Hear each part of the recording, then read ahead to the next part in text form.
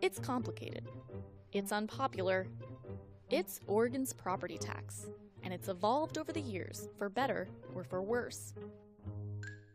Until 1990, property taxes were fairly straightforward. You paid property taxes as a percent of the market value of your home. That was it, done. But eventually, many Oregonians complained of high taxes. So in 1990, Oregon voters passed Measure 5, which for the first time capped property taxes at 1.5% of the property's market value. But the cap didn't help when property values started to climb. Again, Oregonians complained of high taxes. So in 1996, voters approved Measure 47. Legislators said the measure lacked some clarity, so a year later they sent voters an updated version, Measure 50. That passed, and it's where we stand today. Measure 50 completely changed the way property taxes are calculated. Instead of paying taxes on your property's market value, Measure 50 says you pay taxes on the 1995 value of your home minus 10%, plus a 3% increase every year.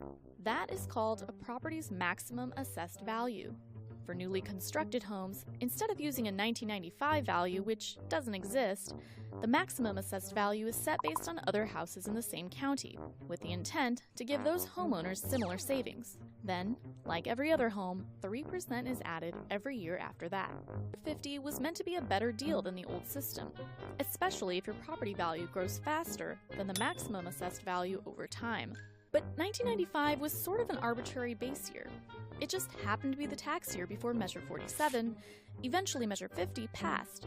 So homes in areas like inner Northeast Portland, let's say, that had fairly low property values in 1995 would have a pretty low base rate, meaning lower property taxes. But as neighborhoods have grown more popular over time, house values have climbed. So current residents are paying pretty low taxes on pretty pricey homes. On the flip side, prices on homes in areas like East Portland, Clackamas County, and the West Hills haven't risen as dramatically over the years, meaning less tax savings than those higher growth neighborhoods.